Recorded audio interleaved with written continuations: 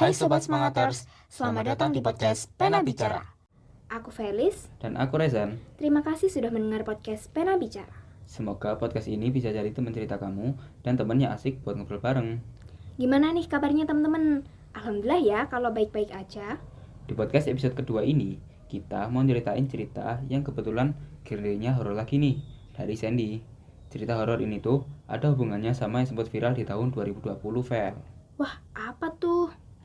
Jadi, cerita ini tuh ada hubungannya sama makhluk yang sering ketok-ketok pintu malam-malam dan virus yang lagi booming pada waktu itu.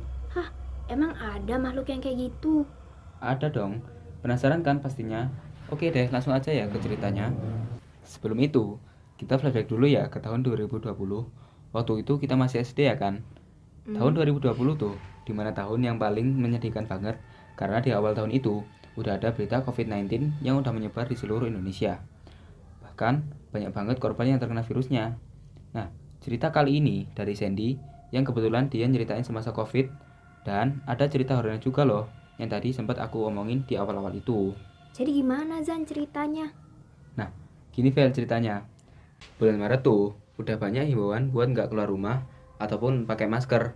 Di tahun itu juga aktivitas kita tuh bener-bener terbatas ya kan.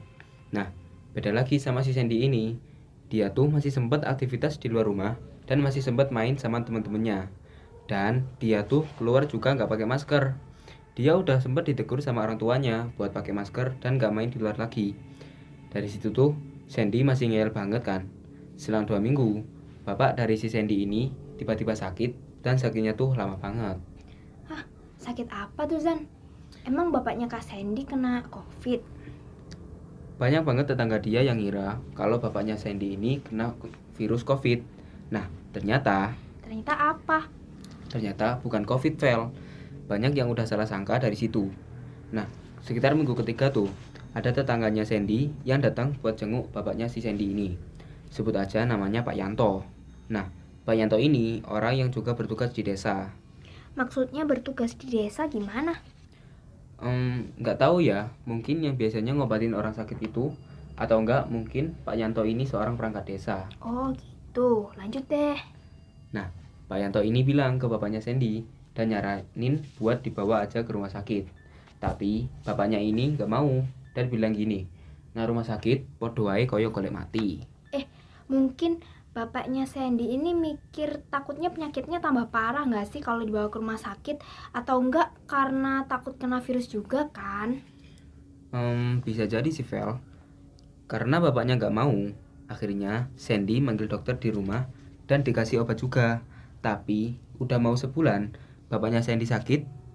Sakitnya masih belum sembuh juga. Dan ternyata sakitnya ini cukup berat loh Vel. Loh, emang sakit apa kok sampai 1 bulan? Ternyata bapaknya Sandy ini sakit paru-paru Vel. Oh, pantesan ya nggak sembuh-sembuh. Dan pastinya juga lama kan sembuhnya kalau nggak dibawa ke dokter. Iya Vel, apalagi kalau udah lama banget kan. Lanjut ya. Habis bapaknya sakit tuh, ini posisinya belum sembuh ya.